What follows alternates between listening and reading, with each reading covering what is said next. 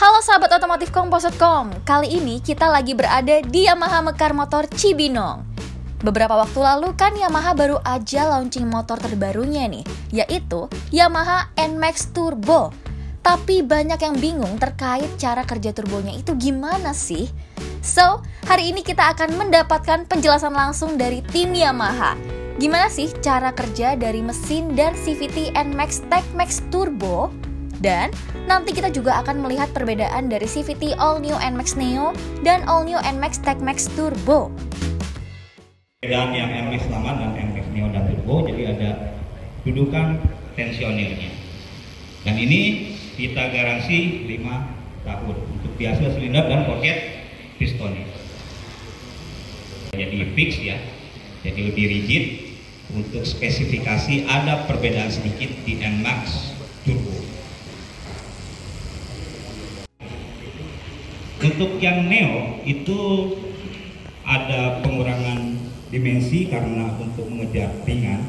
Tapi untuk NMAX Turbo lebih panjang area CVT-nya. Kenapa? Karena ada YCVT gear-nya.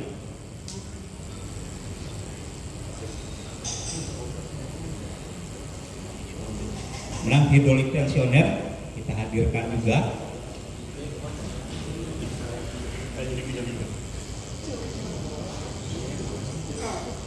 Crankcase baru. Untuk yang Neo, jalur oli barunya itu hanya ke hidrolik tensioner. Tapi untuk yang NMAX Turbo, jalur olinya ada tambahan ke CVT gear. Otomatis kapasitas olinya meningkat dari 0,9 sekarang menjadi 1 liter pas. Jadi satu botol nggak ada yang tersisa.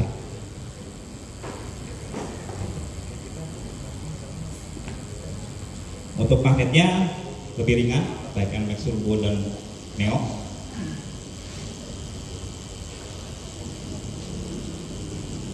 Spool magnet spesifikasinya sama, tapi kita tingkatkan di kapasitas baterainya. Untuk yang Neo itu di YTZ 6V atau 5,3 ampere, tapi untuk yang tipe Turbo dan TechMax Turbo itu menggunakan YTZ 7V atau 6,3 ampere hour.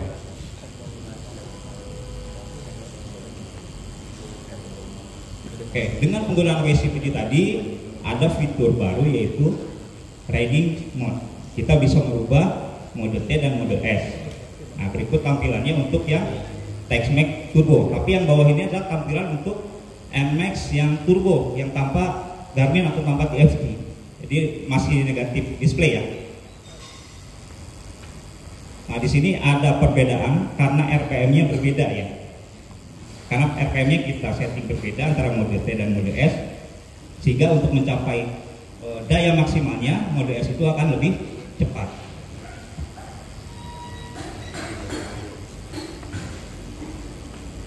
Nah, ini juga data yang sudah ditampilkan waktu launching ya.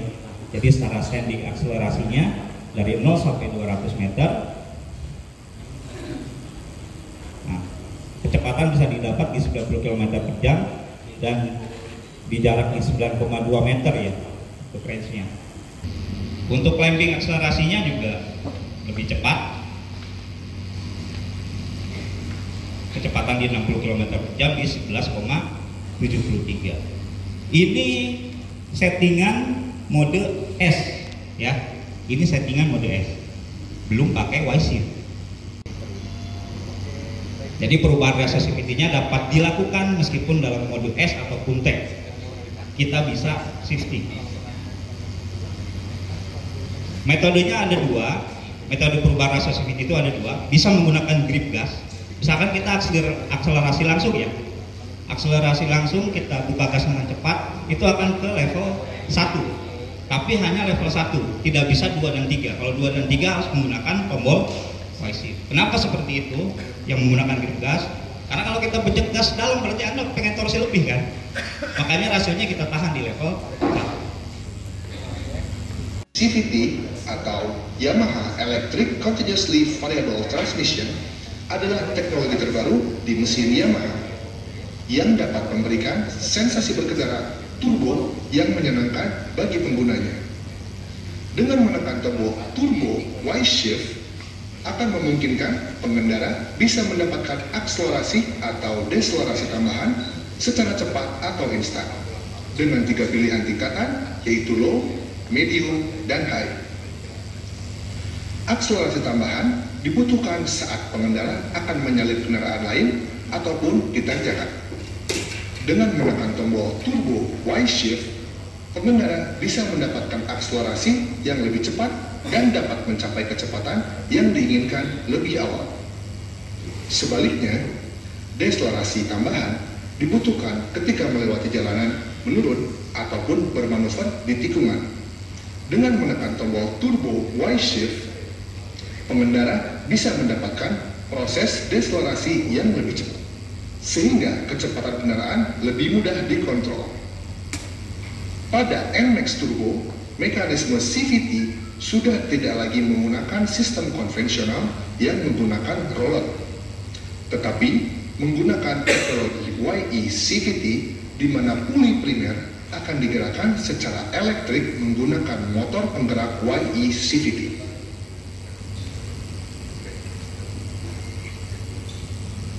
Nggak perlu lagi didetek roller peyang lagi, tapi komponen ini tidak perlu dilepas karena free maintenance.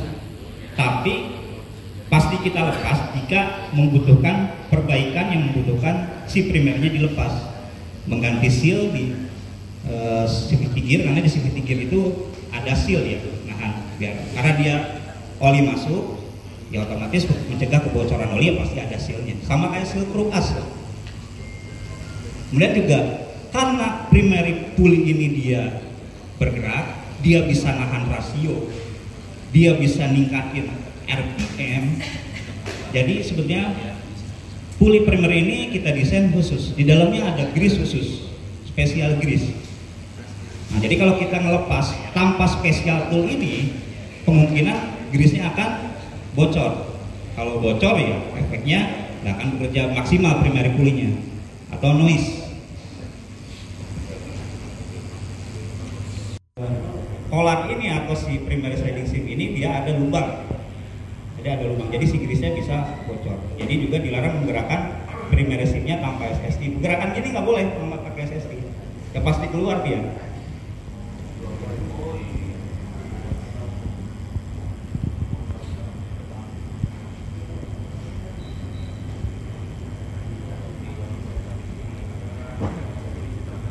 Oke, kita ngobrolin settingan kiriannya. Oke, udah nggak pakai roller ya. Si pulley primeringnya kita perbesar di 139,5 atau hampir 10 mili. Kemudian juga saya kan dari awal ngomongin rasio ya. Semenjak dari konversi dari motor manual yang sudah beralih ke matic, rasio itu nggak pernah diobrolin lagi. Tapi kita pabrikan kita tetap pikirkan rasio, yaitu diameter si pulley depan dan diameter si pulley belakang. Primary secondary kita hitung. Jadi rasio CVT itu, kalau saya ngomong rasio CVT itu adalah perbandingan antara si driver pulley yang digerakkan sama drive pulley, tinggal dibagi aja dapat CVT rasio. Jadi kalau menurunnya diameter PL makin turun, berarti rasionya rasio CVT-nya naik, makanya enteng, torsinya ya itu. Jadi kalau saya ngomongin rasio CVT itu ya dibagi aja diameter si pulinya, secondary dibagi primary. Kemudian untuk V-beltnya speknya juga berubah karena kan dia butuh kinerja ekstra ya, dan lebarnya juga lebih lebar 0,8 mili. Kemudian untuk springnya, spring sekunderinya panjangnya sekarang di 161,5 dan kekerasannya di 447 Newton, lebih keras.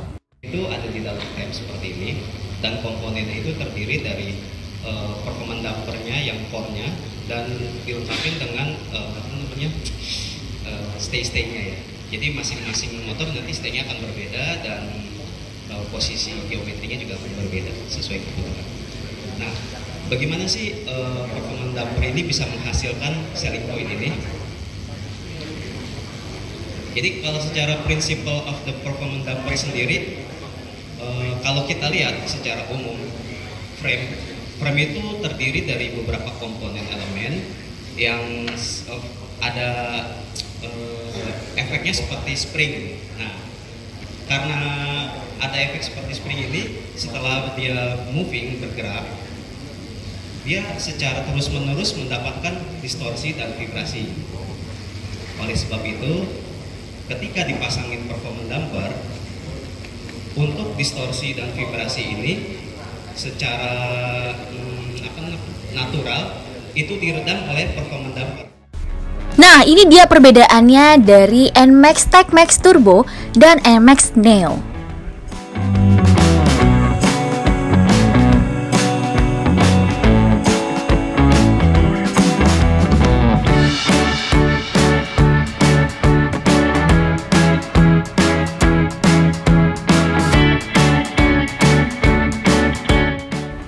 Ya, jadi itu tadi adalah penjelasan mengenai turbonya Yamaha NMAX ini. Adakah yang sudah nggak sabar beli atau ada yang masih mikir-mikir? Silahkan tulis pendapat kalian di kolom komentar ya. Dan jangan lupa like video ini, share ke teman kalian, dan subscribe di channel otomotif kompas.com. Nyalain juga lonceng notifikasi biar kalian nggak ketinggalan video-video kita yang lain. Sampai jumpa!